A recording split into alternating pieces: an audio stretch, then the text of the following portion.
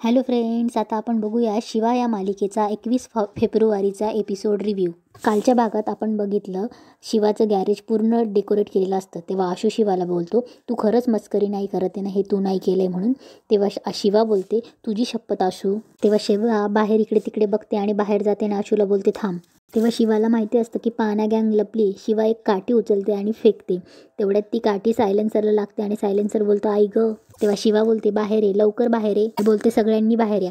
तेव्हा सायलेन्सर येतो. शिवा सायलेन्सरचा कान धरते आणि बोलते बोलो सगळ्यांना बोल. तेव्हा सायलेन्सर बोलतो अरे या ना, मीच एकटा मार खाऊ का. तेव्हा सगळे बाहेर येतात आणि बोलतात सायलेन्सर इकडे कुठे, तू इकडे कसा आलास. तेव्हा सायलेन्सर बोलतो शिवा सोड ना, कान दुखतोय. तेव्हा शिवा बोलते कान दुखतोय मग कशाला करतात. तेव्हा अप्पर बोलतो चांगला मुहूर्त आहे. तेव्हा आशू बोलतो काय रे कसला मुहूर्त. तेव्हा अप्पर बोलतो जीजू आम्हाला असं वाटलं की तुम्ही नवरा बायको आहात आणि ही व्हॅलेंटाईन नाईट तुम्ही साजरी करावी. तेव्हा आशू बोलतो हे तुम्हीच ठरवलं का. शिवा बोलते का करतात तुम्ही असा आगाऊपणा. तेव्हा बॅटरी बोलतो सॉरी यार, आम्ही परत असं कधीच करणार नाही. तेव्हा शिवा बोलते तुम्ही आता निघा, माझ्या हाताला खास सुटली, एकेकाला मारून काढेल. तेव्हा डिप्पर बोलतो माझ्या पण हाताला खास सुटली, चला रे ते काढूयात का रे. तेव्हा शिवा बोलते तुम्ही निघा, बाकीचं सगळं मी बघते. तेव्हा सगळे तिथून निघून जातात. तेव्हा शिवा आशूकडे येते आणि बोलते तेव्हा आशू बोलतो आता काय करायचं. तेव्हा शिवा बोलते आता हे काढायला लागेल सर्व. तेव्हा आशू हातवारे करतो की चल आणि शटर लावून घेतो. तेव्हा आशू एक एक फुगे काढायला घेतो आणि शिवा त्याच्याकडे बघतच असते. तेव्हा आशू फुगे काढत असताना शिवाकडे बघतो आणि फुगा टाकून शिवाकडे जातो. तेव्हा आशू बोलतो काय झालं. तेव्हा शिवा बोलते नाही काही नाही. तेव्हा आशू शिवाचा हात पकडतो आणि बोलतो सांग काय झालं. तेव्हा शिवा बोलते आशू जे काही तू बोलला ते मला नाही आवडलं. तेव्हा आशू बोलला काय बोलला. शिवा मी फक्त माफी मागितली. तेव्हा शिवा बोलते आशू तू बोलताना बोलून जातोस पण त्याचा परिणाम समोरच्यावर काय होईल हे तुला नाही माहीत. तेव्हा आशू शिवाला सांगतो की हे बघ शिवा माझं तुझ्यावर प्रेम आहे, त्यासाठी हे सगळं चाललंय. तेव्हा शिवा बोलते आशू पण घरच्यांना दुखवून हे कसं होणार आहे.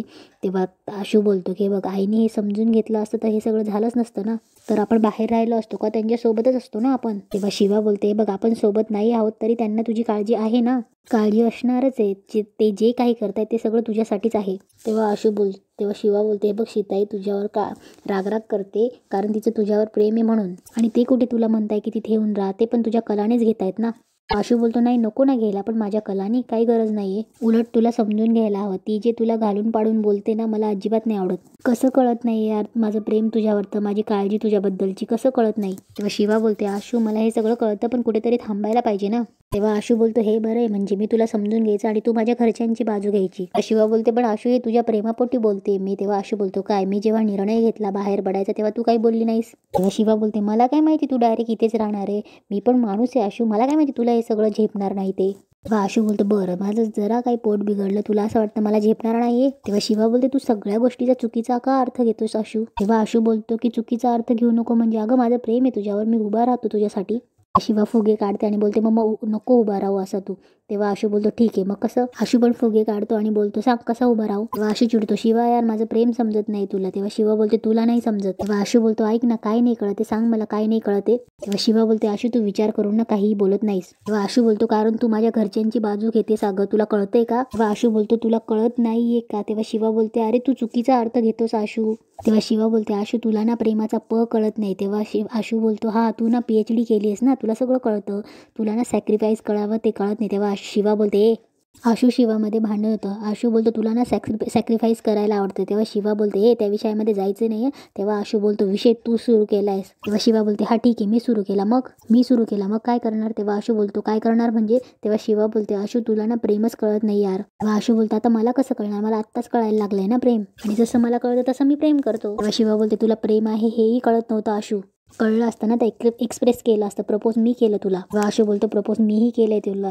तेव्हा शिवा बोलते दुसऱ्या मुलीशी लग्न करणार होता तू. तेव्हा आशू बोलतो केलं का, पण मी लग्न नाही केलं ना. तेव्हा शिवा बोलते उपकार केले का लग्न ना करून. तेव्हा आशू बोलतो शिवा तू हार नाही मानणार ना. तेव्हा शिवा बोलते नाही मानणार. तेव्हा आशू शिवाला जवळ घेतो. तेव्हा शिवा बोलते आशू तू बावळट आहेस. तेव्हा आशू बोलतो की तुझ्यासारखाच, आणि त्या दोघांमध्ये रोमांस सुरू होतो. इकडे दुसऱ्या दिवशी सीताईला आशूचे शब्द आठवत असतात, ही गाडी मला शिवाने दिली, तिची प्राईस होऊच शकत नाही, इट्स अ प्राइसलेस. ती गाडी माझी क्वीन आहेच पण आता शिवा माझी क्वीन आहे आणि हेच खरंय.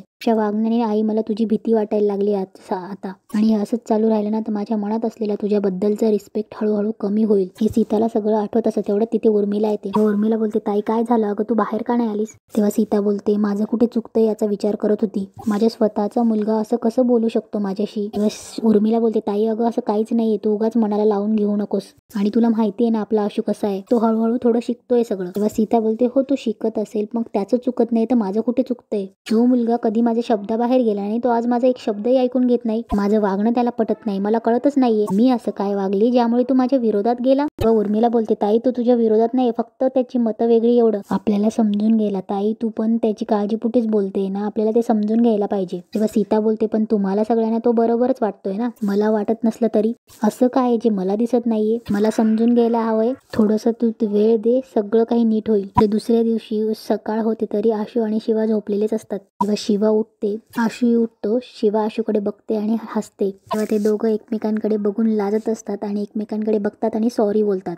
तेव्हा आशू बोलतो तू का सॉरी म्हणतेस? तेव्हा शिवा ते करते आणि तिला बोलताच येत नाही. तेव्हा आशू बोलतो हा ते. तेव्हा शिवा बोलते ते काल झालं. आशू बोलतो काल झालं ते आपले भांडण झालं. परत शिवा लाजते. तेव्हा आशू बोलतो काय होतंय शिवा? आशू बोलतो मला नाही वाटत काल जे झालं ते चुकीचं झालं. आपल्या भांडणामुळे जर असं होणार असेल तर रोज मी तुझ्याशी भांडायला तयार आहे. शिवा लाजते आणि उठते आणि बोलते आशू तू काय बोलतोय? तेव्हा आशू बोलतो तुला माहिती आहे मी काय बोलते. तेव्हा शिवा तिथून उठून जाते. तेव्हा आशू बोलतो शिवा चेहऱ्यावर काय तुझ्या, तू लाजतीयस? तुला पहिल्यांदा बघतोय मी लाजताना आयुष्यात. तेव्हा शिवा तोंड फिरून घेते. तेव्हा आशू बोलतो छान दिसतेस लाजल्यावर. शिवा आशूचा शर्ट देते आणि आशू तिचा हात पकडतो आणि बोलतो थांब ना जरा आपण भांडूयात. इकडे सीता किचन मध्ये काहीतरी करत असते. तेवढ्यात कीर्ती आणि सुहास येतो. ती बोलते चल ना. तेव्हा सुहास बोलतो किट्टू डार्लिंग ऐक ना मी काय म्हणतो, आपण एवढा भारी प्लॅन केला पण तो फेल गेला. आशू आणि शिवा त्या घरात गेले असते तर त्यांचं इथे येणं कायमचं बंद झालं असतं. तेव्हा कीर्ती बोलते थांब ना सुहास, बघ एवढ्यात आपल्याला हार मानून नाही चालणार आहे, आपल्याकडे अजूनही चान्स आहे.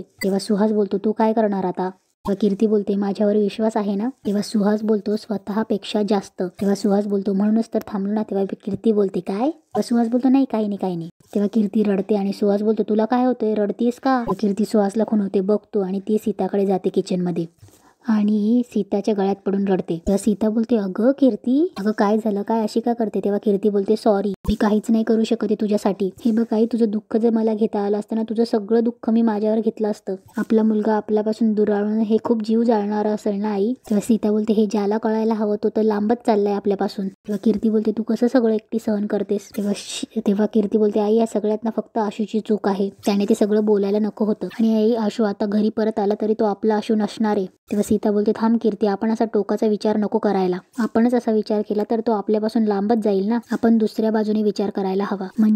म्हणजे तेव्हा सीता बोलते म्हणजे शिवाच्या बाजूने. तेव्हा कीर्ती थोडी अडखळते आणि बोलते शिवाच्या बाजूने? सीता बोलते शिवाच्या बाजूने. तेव्हा सीता बोलते ती काही राक्षस नाहीये, माणूसच आहे ना, आपण इतक्यात हार नाही मानायची. तेव्हा कीर्ती बोलते काय बोलतेस तू? सीता बोलते काहीतरी मार्ग शोधण्याचा प्रयत्न करते. कीर्ती बोलते ठीक आहे तुला तसं करायचं तर कर, पण शिवाच्या बाजूने विचार करणार असशील ना तर आपण हारू ती जिंकेल, ठरव तू. कीर्तून तिथून निघून जाते. तेव्हा कीर्ती गेल्यावर सीता बोलते हा जिंकणे हारण्याचा प्रश्न नाहीये, काही झालं तरी आशू घरी आला पाहिजे, हा आशूच्या आयुष्याचा प्रश्न आहे. आणि इथेच एपिसोड संपतो.